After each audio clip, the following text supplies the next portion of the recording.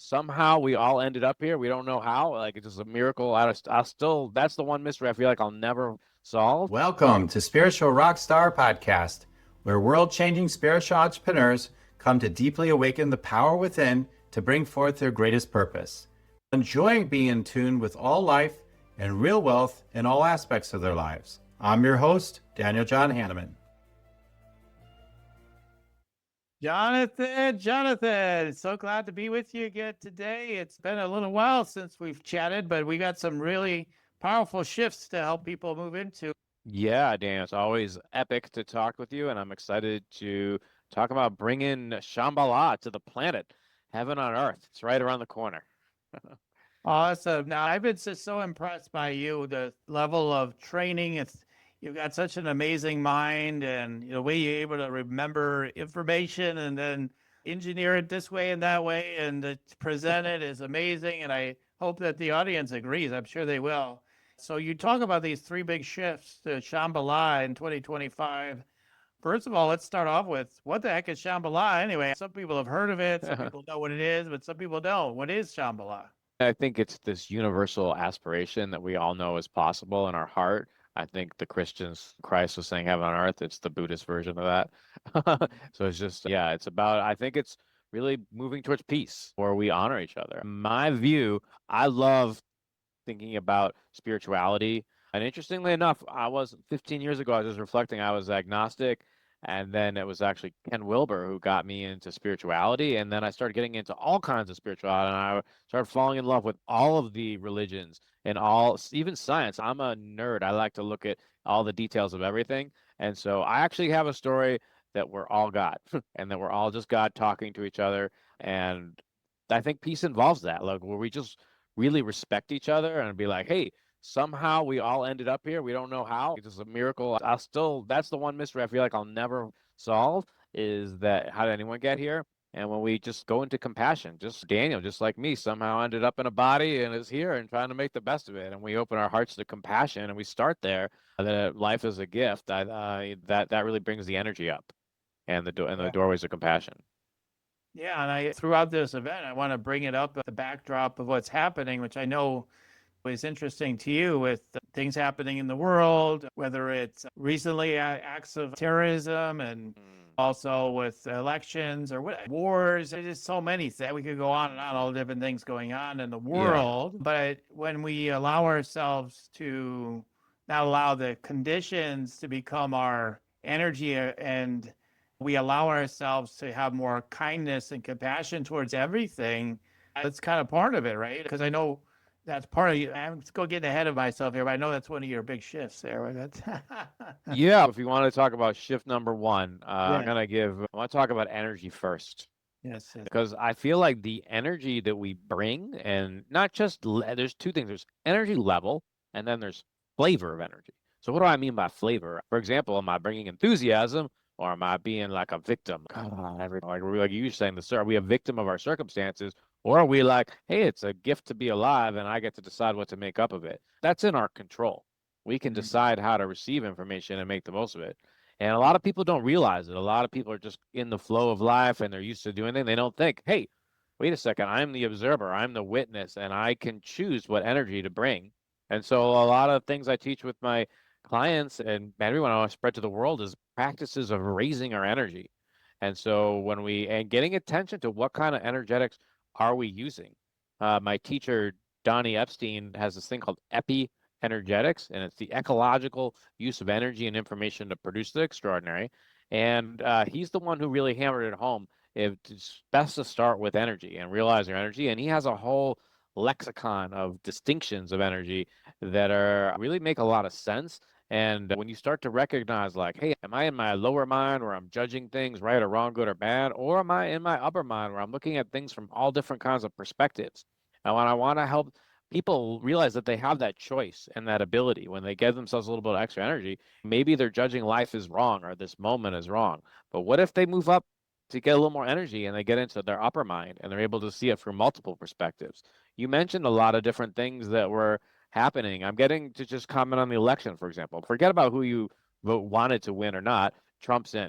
I don't know. I have taken the position that whatever happened is what's meant to happen because it did, it Right. happened, right? And so it's up to us to make the most of it. And so I think that's an empowering position. And I want to invite other people to give themselves permission and give them the tools so that they can do that too.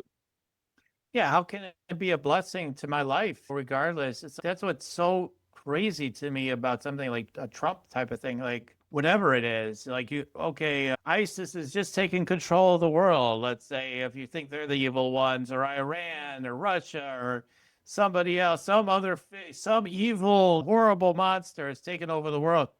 Okay, still, what? Okay, why is this potentially favorable? Okay, because there's always something that's favorable in it, and when we allow ourselves to look for it, we start finding like the opportunity in it, right? Like from a higher perspective, because if we see things from a higher perspective, we start to see like the opportunity for more love and compassion, and more like how it could be a blessing, like anything. That's how I see it anyway.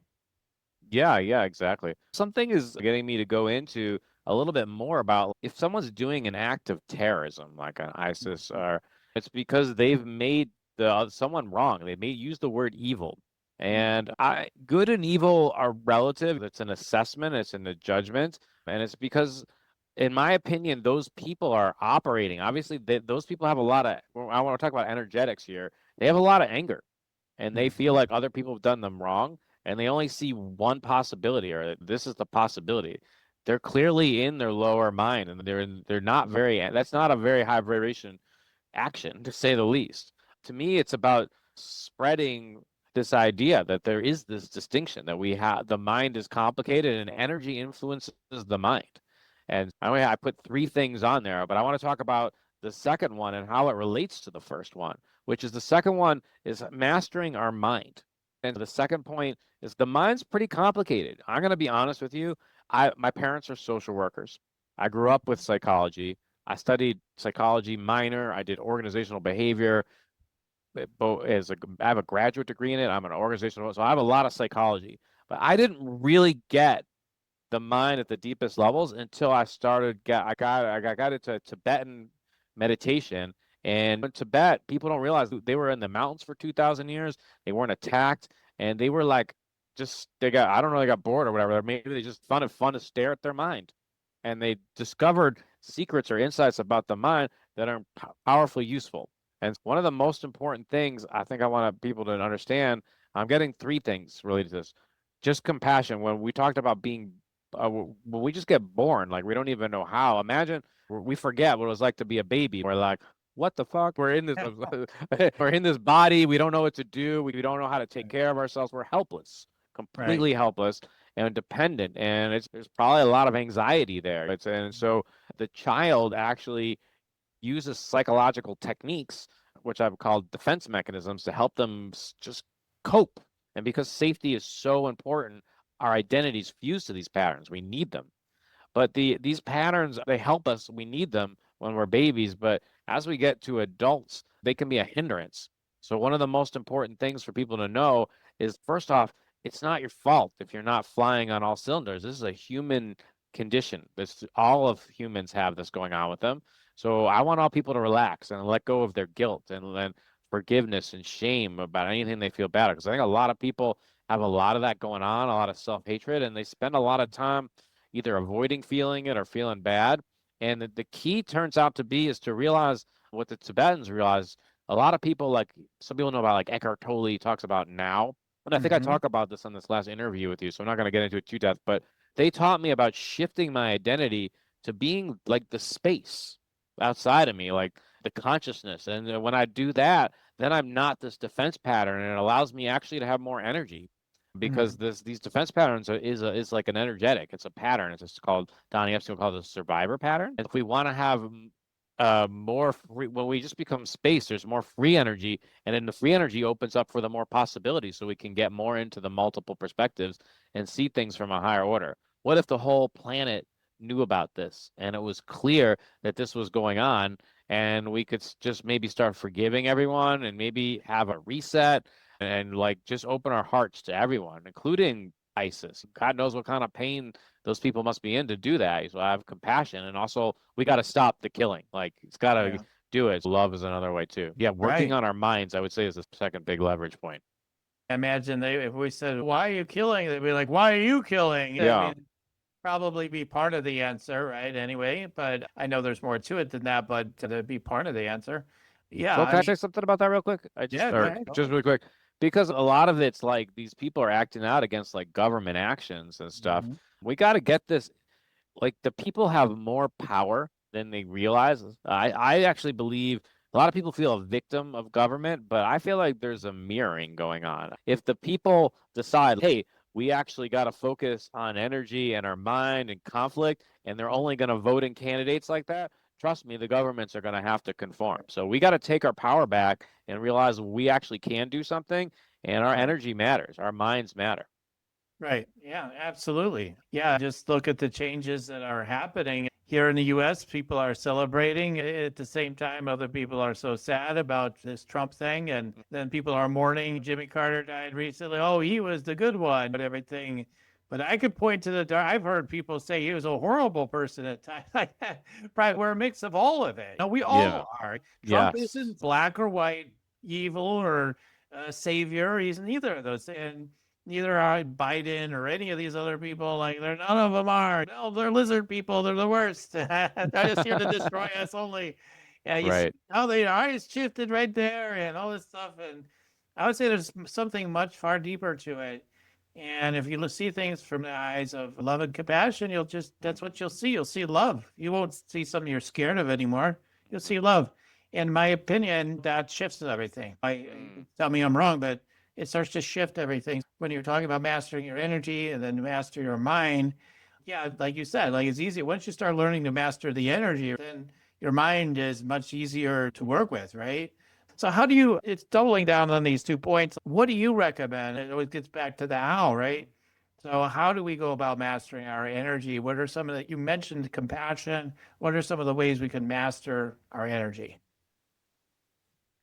Yeah. So the biggest thing I'm getting for it on is to take a bigger view, which means most of us are really fixated on what's wrong. I gotta pay these bills, or I gotta figure out this problem, or I'm having this relationship issue. If we start with, I'm getting like one thing. First off, everything's a gift. If you go by my story, we're all the ultimate reality trying to figure out life by talking to each other. So this is, I don't know, my story is the origin of the universe is non-existence by some miracle wants to know what existence is, and boom, we're here. And so this is a gift. The present is the presence. So if we celebrate it first, so if we get out of, oh my God, the first thing is a super negative thought, we start with just like celebrating life. Okay, I'm alive. It's probably things aren't as bad as do it. And sometimes if you ask the question like, okay, this is how I feel now, but what if I was like talk to a future self? So this is a technique anybody can do. It's really simple. Like, sure, this is how I feel right now. Let's say I'm pissed about the election or whatever. I would say, how would, Jonathan 5 years in the future think? And like, this is like taking multiple perspectives, right? And so that guy would come up with a perspective and he'd probably be like, hey, dude, it's a lot of shit happens in your life. And maybe you're making too big of it. And then maybe ask the question, what do you need to do right now to make your life better? Because I think what most people do is like super focused on negative, but really what I want to encourage people is, what is your dream? What is your individual dream, and how does it contribute to the collective dream of Shambhala? And then what is the next step you need to do?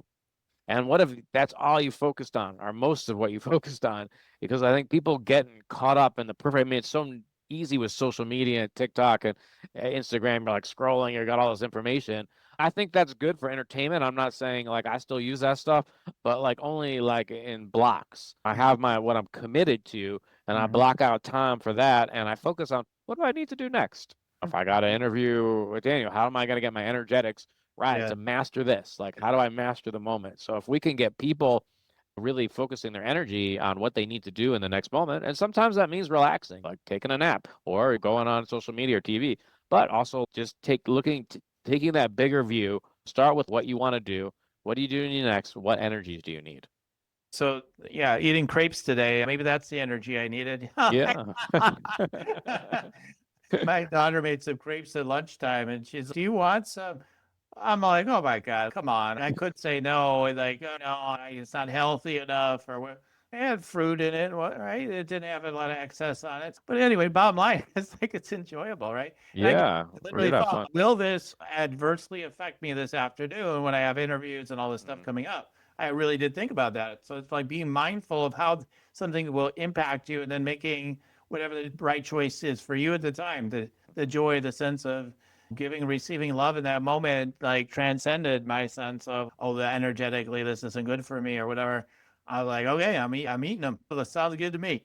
And so because I think the mind also has a lot of rules, like it's black or white. This is bad or that's good. And Right. in Ayurvedic medicine, Coca-Cola could be your savior on one day. It really can be. No, it's no joke. It's for a real deal. There's certain things that normally consider poison to your body. It would be your savior on another day. So I think Right. that's another thing we have to consider is to really, again, getting attuned to what the real truth is for us in each moment, I would say, right? Yeah, absolutely. Yeah, I think you're really bringing me right into the third thing I want to talk about, which is you echoed it so brilliantly, which is about patterns of life. Life has patterns. And I want to talk about one pattern that really you amplified, which is about context. A lot of people just get lost in how they feel, but they don't realize, hey, things are happening in a bigger context. Like you were saying, I could take the crepe, but how's this going to affect the rest of my day? And you're kind of like seeing like the bigger context and how this fits in. And Ken Wilber really taught me about context and really how important it is. And I'm going to get super detailed in it, but he just breaks all of humanness. He says, look, there's all these crazy things going on. He's really good at taking a lot of complexity and making it simple. So he basically says, if you want to be like really understand life in a moment, you'd be like, there are quick areas to quicken. It's what's going on in my mind, my consciousness, what's going on from a behavior perspective, my biology, like you were talking about, like how food's going to affect you. What's going on in terms of the culture, like whether it's my home culture or my work culture or the culture of the country I'm in, the mood. And then there's like systems, like what structures, like what's going on in the political system, the weather systems, and etc. When you start to say, okay, every moment is affected by these different variables. Because a lot of people like really blame themselves about something or they blame one thing, but they're not taking a bigger picture. The deeper truth is we're affected by a lot of variables. If you're into like astrology, they'll say like the transits are a force, but like also some people overdo it. So here's one of the big shifts I think is going to be big is this word. I want to bring this word reductionism, where people take all this crazy complexity and they want to make it like, yeah, it's Trump's fault or it's ISIS's fault. Yeah. But the truth is, it's everything is a byproduct of all these different variables. And where you get the freedom, the empowerment is to try and figure out which of the variables are affecting you and which ones can you actually control. And those are the leverage points. And we want people to discover those and to use them for their benefit. I'm all about making individual and collective dreams come true. Two areas you definitely are, even three areas, all of three things is one, you can have control over your energy. You can control about perspective taking. And I would do energy first because that's the better energies you're using, the better your ability to taking perspectives. And then once you got that upper mind going on, then to study the patterns of life. Like one of my backgrounds is in change management. So change goes, if you want to make a big change in your life, there are steps. You have to go from A to B to C to D. And that's what I help my students do is master their mind, master energy, and then bring the mind and energy into the step, help people understand like what step are you at? And so something's asking myself one more thing about like, where are we as a species? I think a lot of people think like the world is coming apart. I actually think we're about to I'm going to bring this out. I got a little thing called rebirth. Can you see that? A Yeah, see little it? stone. Yeah, rebirth. And this is on my thing. And I think we're about to go through a rebirth. So what happens during a collective rebirth is sometimes the boils, like the pot's really boiling and people are like, that's crazy. But that's actually, whether you're an individual or a collective, that's when people are like, I can't, whatever we're doing, we can't do it anymore. It's called the Right. enough of this moment. So I feel like we're headed rapidly, and 2025 might be the year here. I'm getting a feeling it is the year where we get this enough of this. We realize there are certain patterns that we're doing that are just dysfunctional, that are root, and we're ready to change that. And that's good. If you have a context where you could see, okay, there's a lot of chaos in here, but maybe this means I need to learn something, learn to perceive life differently. That's when we can shift like a collective thing. So I'm imagining, I'm gonna, yeah, just I'll say, like, I think there's a lot of different worldviews, there's a lot of polarities. So we have to get to that meta narrative where we can make sense of it all. It's like, why do people believe all these different things? And like the Buddha's kind of said, it's like, hey, we don't really see life as it is, we see it as we are. And what if we start getting more compassionate and more curious about how other people see it before we judge them? Do you want to meditate and make money? Let it be simple. Let it be easy. Let it be fun. Go to yoursacredpurpose.com and get your free meditate, make money meditation today. Okay, that's something to reflect back on, perhaps right there. We don't see the world as it is, and we see it as we are. That's Yes. something to sit with for people. Just even that one truth is a great one for people Yeah. to sit with for a moment by seeing things as they are, so to speak. Because sometimes we're told not to do that. We're told, now you should see it negative, you should be mad, you should be angry, or you should whitewash it. Pink lights, yeah, surrounded with angels, and Yeah. only see the highest only in it. And then we create that world. And so what's your take on that? Seeing things as they are, that might be confusing to some minds, right? What do you Yeah. mean? It's all crap. That's how it is. People are seeing it all crap. They're using their lower mind and they're judging it wrong. And that's fine. It's just like cause and effect. It's if you're seeing things as bad, then you're projecting bad and you got bad, you're gonna have your energy's gonna be poo and you're not gonna have energy to have fun and do other things. It's like the only certain experiences are available in that state of mind. First off, like I think what you said, like seeing all bad or all good, we don't, to me, the ultimate place to get to, and it takes time to get there, is to see all of it like in front of you and all of it serves. And so it's, I don't know, I got Ganesh back here. He's into like optimizing and he's known for his intelligence and removing obstacles. So when I channel Ganesh, yeah, you put the whole thing in front of you and like how do you make it all? I think one of his hands, he's got like a treat, a puja or something like that. How do you make it all a treat? There's the good stuff where you get to enjoy that and you're just like, oh, that's amazing. And then the Ganesha in me is like, hey, there's still challenges in the world, and I like challenges. We could make challenges wrong or bad, but all we could acknowledge we're all the divine co-creating, and we got problems to figure out. So we could make them wrong. Oh, I want it all to be perfect, or hey, screw it, we're out. Accept the truth. We're on a hero's journey, a collective hero's journey to bring heaven on earth, Shambhala, and we got to figure out how to remove these obstacles. So you could look at the view as like these people are screwing it up, which is called like victim mindset and not taking a or I would be like, hey, this is all our problems and nobody's going to solve it ourselves. I love Yeshua, but I don't really believe like one person could come down and change the world. I think the best, if I think it's just up to all of us to share best practices. If Yeshua does come in a body, I imagine he'd be seeing like as we would, like all he can do is point to things because we are the change. We are the ultimate reality experience itself. It's up to all of us. I think the second coming of the Christ is a spiritual movement of us. And it's not just about Christianity, it's Buddhism too. It's Shambhala. And I'm sure the Hindus and the Muslims and all of them have their own version of this. And I bet my experience is that each religion has something to share. There are different patterns. They geeked out for one reason or another in a certain way. And if we all get curious, like a lot of people, just diversity movement's big, but it's all, at least in the mainstream, it's hung up on color and race and gender. Well, we should keep talking about those things. I'm not making any of that wrong, but we should expand it. Let's just get curious about perspectives. Why do some people love Trump? Why are some people conspiracy people? Like, why are something like when I look into all those worlds, I'm like, there's partial truth in everything. And so when we stop just judging each one is wrong and saying, and we start dialoguing with higher energies, like, I'm going to get curious. How does Daniel see the world? Why has he got a different view than me? And like, I want you to get, if we bring more curiosity to our conversations and less judgment, what if we go start with curiosity? Both people share back and forth. And then if we have to make sometimes that's enough. Like just sharing back and forth is the gift. If there's for some reason we got to make a joint decision after we share, especially if it's something important. If we're just going out for ice cream, it's maybe not a big decision. We don't have a long talk. But you know what I'm saying? Like if it's something important, we want to really get to know what's the other person's saying.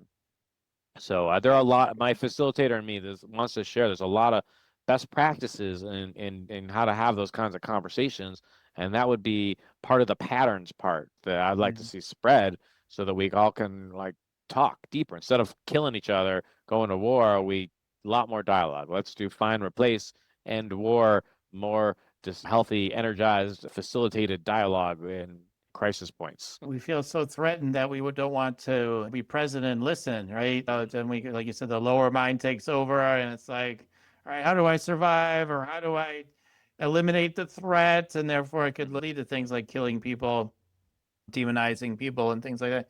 I always remark on the fact that there was some, I don't know, I think he was like a minister type of person or whatever. I forget what his station was, but there's a black man and he would talk to Klansmen. He says he would literally just sit down and agree with their perspective at first. He'd be like, I could see your perspective. I could see why you would think that. And then afterwards he'd go through it. And then after they felt heard, they were able to hear him.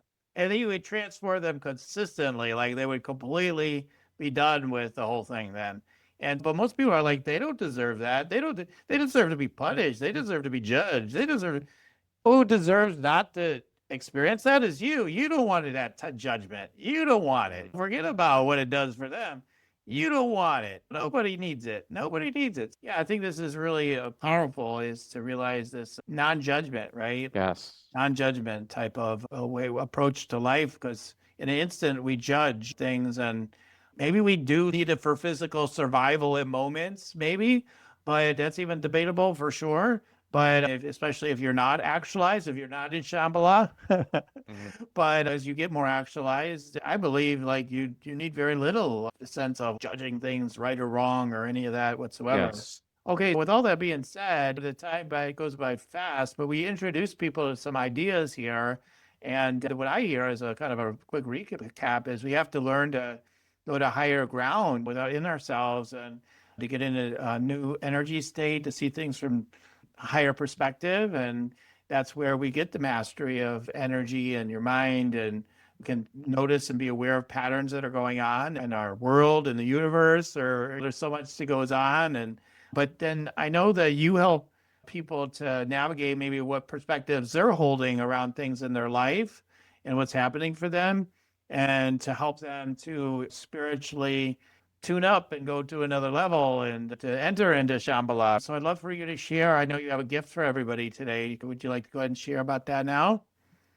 Yes. Yeah. If you're looking for an upgrade with your energy or your mind or your patterns, I've got seven 30 minutes free things, and we'll put a link there with a calendar so you can find a time, and I'm excited to serve. That's what I'm here to do, is to help people who are here to co-create this heaven on earth, Shambhala. Yeah, and so during that time together with you, what will they experience? Tell them a little bit more about that. Yeah, great. Thanks for. So basically, I ask each person to come with what is what I call their spiritual edge. What is the one thing that they're like really excited? If I could have a change or a miracle in this area of my life, that would be amazing.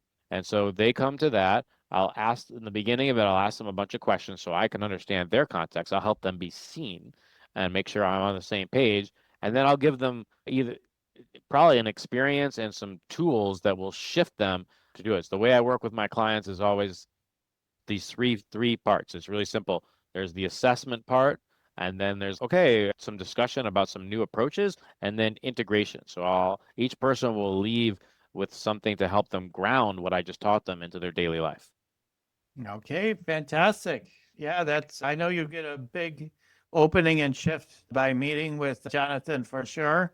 I know that's true of the people he works with. And Jonathan, I'm so grateful that you shared today. And yeah, we're the type of people we could talk for hours, because we're like-minded and go on and on for this stuff for hours. But we won't do that today. But grateful that you shared what you shared today. So thank you so much. Yeah, thanks for having me. I always enjoy our conversation. For listening to Spiritual Rockstar Podcast. Stay tuned for our next upcoming new episodes each Saturday. Please be sure to subscribe, rate, and review to help us to serve you best.